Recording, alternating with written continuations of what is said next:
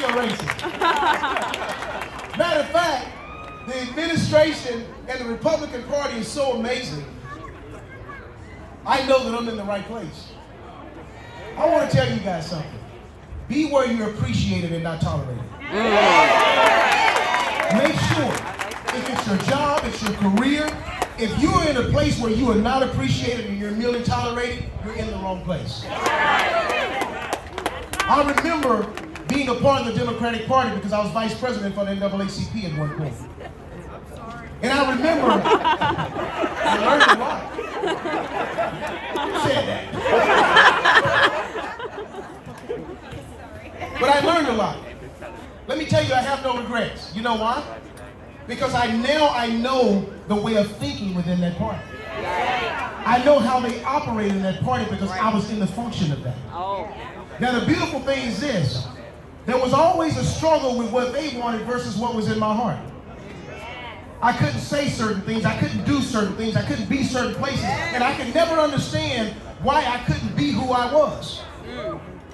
It was the struggle. It was the struggle I had, like, I didn't know which direction. I love this world. We were yet sinners. He met us. God still loved all of us. We have to do that. Democrat. I'm sorry. Democrat.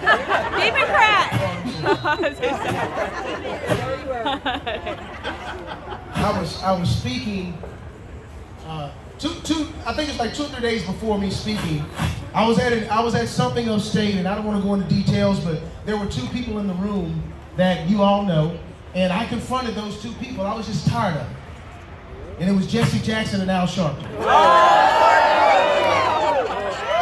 And this is a God moment. I didn't know God would create this moment for me. Okay? All I know is they were in front of me, and I knew that I knew that I knew what I knew, and I didn't say it. And all of these people in the room, and I began to talk. And I said, you 2 have failed the black race. You took the baton from Martin Luther King, and he race the black. Nothing that you can say. And students and parents, and I was speaking at an event on education, the importance of education. Education changed my life. And there were, you know, it's NAACP event, so of course there's a lot of black people, right? But there were 2 white people in the audience. And I promise you, when there's 2 white people and all these black people, you will notice them. Now, why am I you don't know John? So I'm looking, of course I see the 2 white guys out there, you know. And I'm wondering why they're there. But it's okay, because I'm good. I was blessed. I grew up in the hood, but there were 4 streets in my hood that were bused to Arlington schools. So even though I grew up in the hood is where black people grew up, okay? Oh my God. Biblical translations are important sometimes. If you didn't know that, Margaret Sanger knew it. That's why she named it Planned Parenthood. That's right.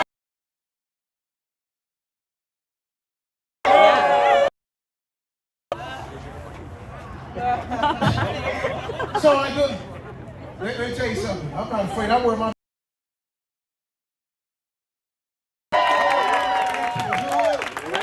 3 o'clock in the morning.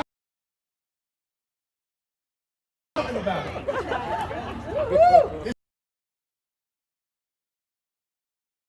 Because I was them.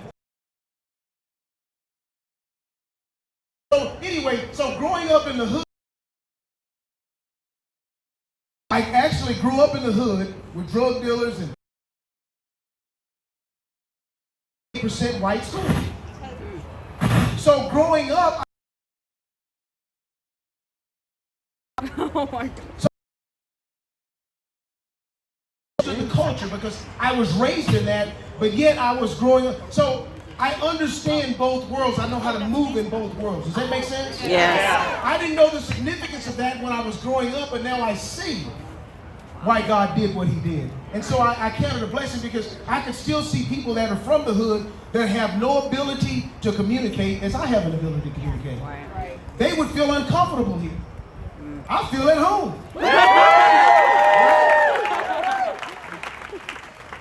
So, you know, growing up in the school with all whites and then living in the hood where it's all black, you know, it was different. It was, you know, sometimes I feel like Moses, okay? I know I'm jumping a little bit because I don't know what you guys know. But I feel like Moses. You guys know who. And I find myself today feeling like Moses at times where I'm too black to be white, but I'm too white to be black. Y'all don't get that We understand. I'm okay with that. I'm okay with that. So what happened to the white guy in the room? Oh, the two guys. Yeah. Q&A. Two guys in the room. Q&A. So the two guys in the room, afterwards he approaches me. He says, "Man, that's a great speech. I'd love to spend some time with you." So he hands me his card. And we talked for a few minutes, and he was one of our state reps. I was like, okay, state rep. I still really didn't know. And his name's Rodney Anderson. Rodney is the chair for the GOP, but at the time he was a state rep for District 13.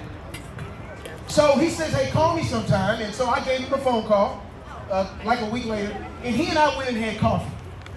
He didn't tell me anything about him being a Republican. We just built a relationship. We started talking about school and friends and family, and we learned that we were the same age, 21 days apart, same year, same month. And here's the cool part. He grew up in the same city, but he grew up on the other side of the tracks. He was on one side, I was on the other side. And so we knew all the same streets and the same people, and we just kept where was at. I looked at a sneaking Republican.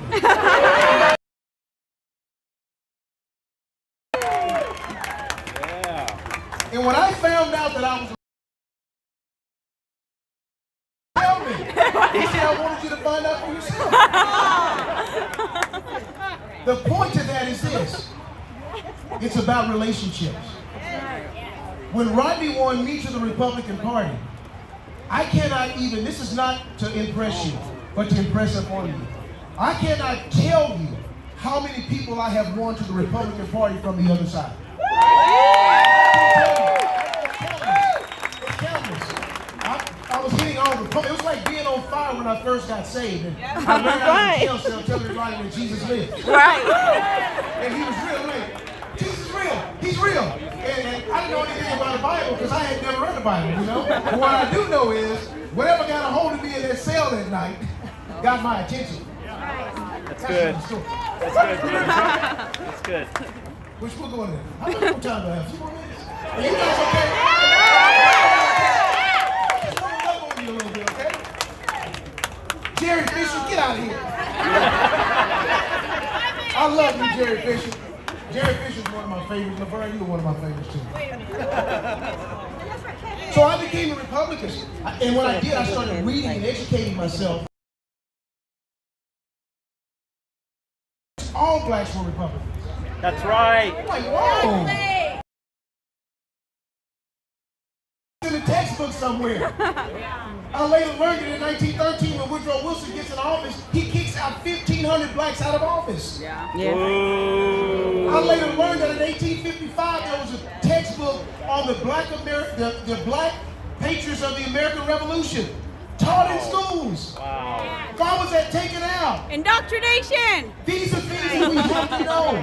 That's why we need teachers and professors and doctors and lawyers that are conservatives so that all of America can know the truth. My life would have been different if I had known early on. How many more lives would be different? But I have no regrets. I have no regrets. So becoming a Republican, I love to educate people about the Republican Party.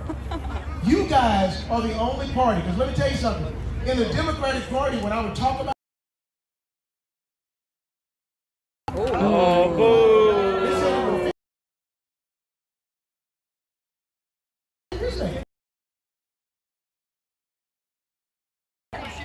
and you know, it's like that was a flag to me, like, okay, maybe I'm in the wrong place here, you know?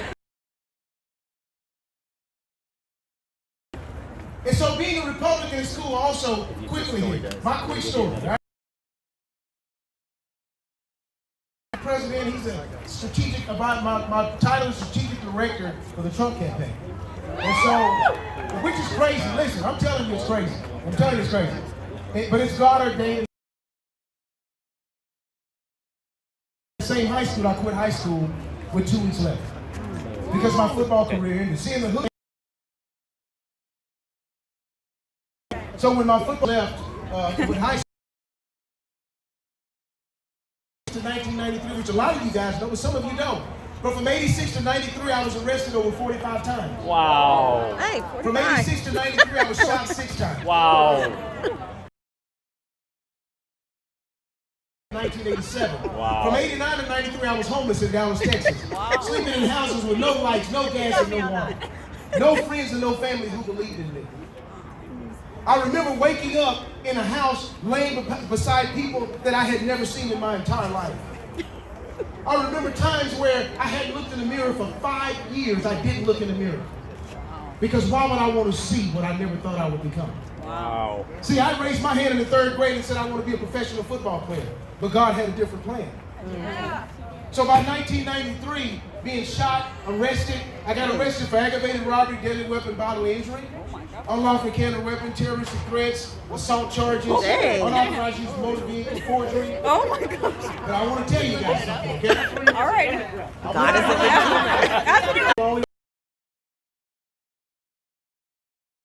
my whole life. A lot of people in America right now are suffering from trauma. And they're making decisions out of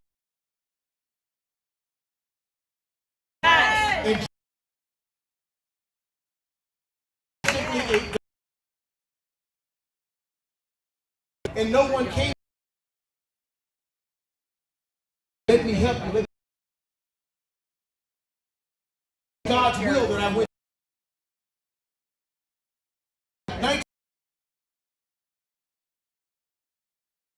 Everywhere he went, of course. And his name is Detective Alan Patton. And Detective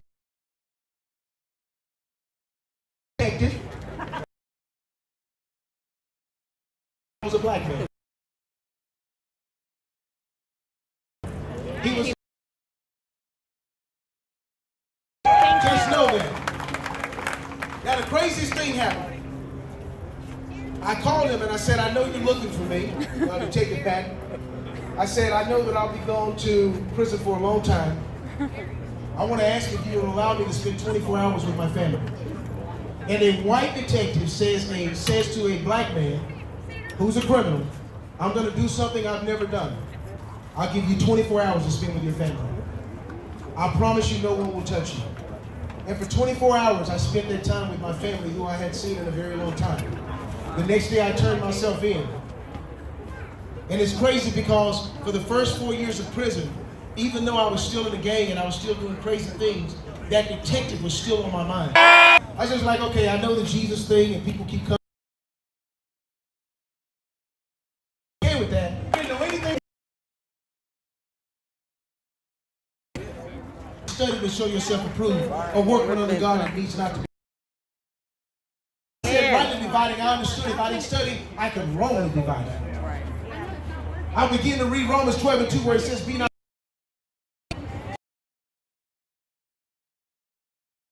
Paul would say, think on these things. And I got real quick and understood, I have to learn how to think different. I began to learn the law of subtraction, the law of honor. I started operating in that I could do. Prison 2 years later, I did get back in school. I wrote a warrant over 150 letters to get back in school because they wouldn't let gang members in school. I wrote 150 letters. And after the 150th letter, I remember seeing the warden walk by and I made my way close to him and I yelled his name, Warden Jones, and he turns around and he looks. Big cowboy hats. So you know they're there. He turns around and he says, that's all I want. A little over a year ago, I just trained my warden in Galveston, Texas. Oh. He and a whole lot of other wardens. So I began to learn some things there, and I had the craziest dream. 5 more minutes. Is that okay? 5 more minutes. Yeah. All right. I read about Joseph, who went from the prison. Oh. Life is about preparation of what we dream about. Right. Preparation. They laughed in 1996.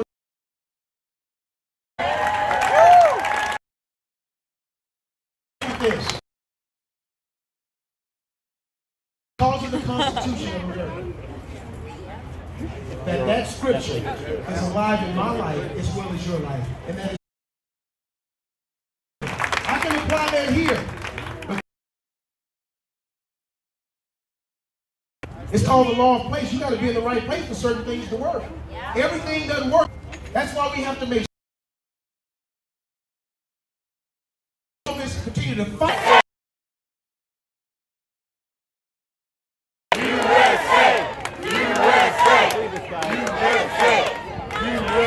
This is awesome. We have a couple more centers to go, and they are important, and you will want to hear them. Sure do. But You're on Facebook, I mean YouTube. we have many precinct chairs and GO.